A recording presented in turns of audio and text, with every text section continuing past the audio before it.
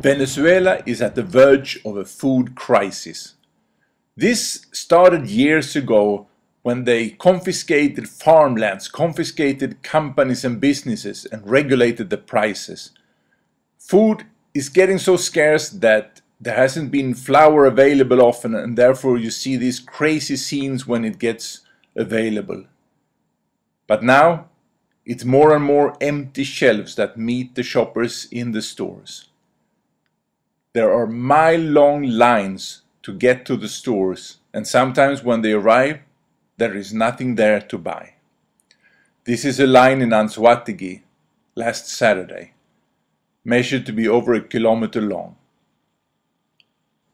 In our polls, about 60% of the people say that they're unable to find the food they need. And this has led to plundering, such as here in San Felix, or here when they try to break into store to find something to eat. This was in San Felix, Bolivar State, the other weekend, and one person was shot dead by the police in the riot. Here you see Valencia to the right, where they broke in and throwing things down from the shelves. Here is a plundering of a truck that was accident and loaded with live hens and chickens, so they just plundered that. Here was a collision with a truck carrying beer, and they stopped and plundered it right in front of the police, who did nothing to prevent it. Here is another beer truck they plundered when it arrived to deliver the merchandise.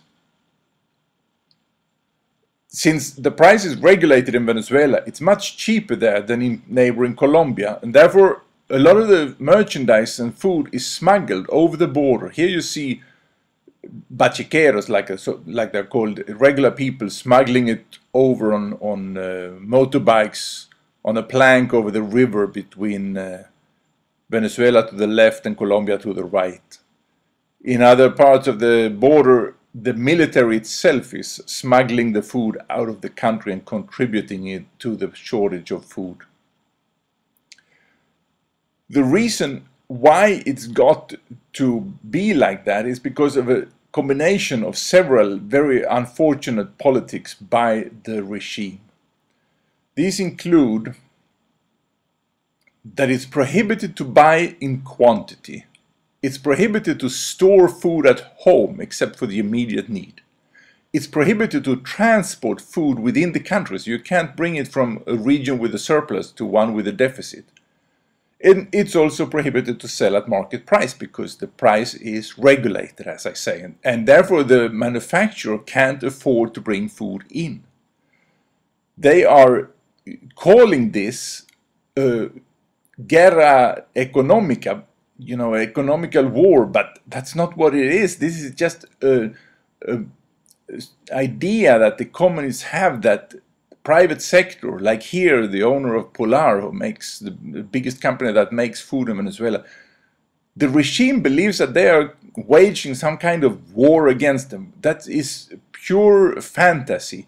The real reason for these riots is that the regime is implementing communist politics that does not work, that leads to famine, that leads to hunger, that leads to disaster. We've seen it in country after country after country, and they repeat the same idiotic, mistaken politics here in Venezuela. And now it's getting to the point where 60% do not have food to eat in our polls. This may be very, very serious unless something is done about it quickly. Prepárense para un tiempo de masacre y de muerte